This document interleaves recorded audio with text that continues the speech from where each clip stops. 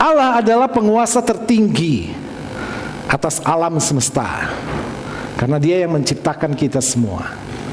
Dia yang menciptakan alam semesta. Dia yang menciptakan segala sesuatu yang kita lihat dan yang tidak kita lihat. Ingat, yang tidak terlihat itu lebih besar dari yang terlihat. Jauh lebih besar dari yang terlihat. Dan itu semua diciptakan oleh Allah. Itu sebabnya semua ciptaannya harus tunduk, taat kepada Allah. Ada seorang manajer anak muda dipecat, di PHK. Anak muda ini cerdas, pinter, semua pekerjaan, punya banyak ide, tetapi kok dipecat? Teman-temannya bertanya-tanya, kenapa dia dipecat? Ternyata satu saja, dia tidak punya penundukan diri, ketaatan. Di dalam kita mengikut Tuhan, ketaatan adalah terpenting. Kalau saudara lihat pesawat, ada dua saat kritis pesawat.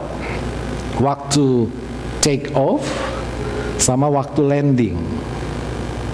Nah, itu saat-saat yang sangat kritis, bahaya. Ya. Itu sebabnya perlu penundukan diri dari pilot ke menara pengawas. Jadi menara pengawas memandu. Jadi pilot ini harus taat, harus tunduk. Kalau dia tidak tunduk, celaka. Saudara, di Soekarno-Hatta itu setiap 5 menit pesawat landing. Setiap 5 menit, coba saudara hitung, saudara perhatikan. Naik, 5 menit kemudian landing. Naik, landing. Nah, itu semua diatur oleh menara pengawas. Jadi kalau pilot tidak mau tunduk, tidak mau taat, bisa celaka. Allah adalah pencipta semesta alam. Kalau hidup kita ingin bahagia, kita harus tunduk. Kalau hidup kita ingin selamat, kita harus tunduk. Kalau hidup kita ingin diberkati, kita juga harus tunduk kepada Allah. Katakan amin. Penundukan diri seperti apa yang dituntut oleh Allah? Penundukan diri yang macam apa? Saya pernah ceritakan tentang seorang istri yang suaminya jahat banget, main pukul. Kalau bicara sama istrinya kalimatnya kasar, merendahkan. Dan istrinya dipaksa kerja. Istri kerja di bawah ancaman. Jadi kalau tidak kerja, suaminya memaki-maki, memukul, jahat banget. Suatu hari suaminya mati. Suaminya yang jahat ini mati. Dia menikah lagi dengan suami yang berbeda banget. Kali ini suaminya baik sekali. Baik, lemah lembut, romantis, saudara. Mudah-mudahan suami-suami di sini seperti itu semua. Amin, ibu-ibu. Amin, ibu-ibu. Dan ternyata dia kerja sama pekerjaannya dengan suami yang pertama. Cuma bedanya waktu dia kerja dengan suami yang pertama di bawah ancaman. Sekarang dia kerja dengan penuh kasih. Dia tunduk kepada suami dengan penuh kasih. Ibu-ibu harus tunduk kepada suami. Amin, ibu-ibu. Bapak-bapak katakan haleluya.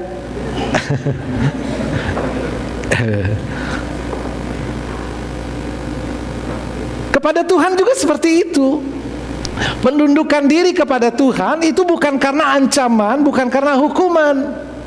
Perjanjian lama Taurat adalah perjanjian yang yang penuh dengan ancaman. Kamu harus taat kepada Tuhan, kalau tidak taat kamu terkutuk. Makanya bangsa Israel taat. Ketaatan bangsa Israel kepada Allah adalah ketaatan yang berdasarkan ancaman. Allah itu Allah yang penuh murka, Allah yang penuh dengan amarah, salah dikit dihukum. Nah, di dalam kekristenan tidak seperti itu lagi. Kita taat kepada Allah bukan karena kita takut dihukum. Kita taat kepada Allah karena kita mengasihi Dia. Katakan amin. Karena kita mencintai Dia. Dan Allah juga adalah Allah yang bukan Allah yang otoriter di dalam Dan ketaatan kita kepadanya, dasar ketaatan kita kepadanya bukan hukuman, tetapi pengertian yang benar bahwa Allah itu maha besar dan memang saya harus taat kepadanya. Saya mengasihi Allah karena Allah sudah menyelamatkan saya. Allah sudah memberikan saya anugerah yang besar.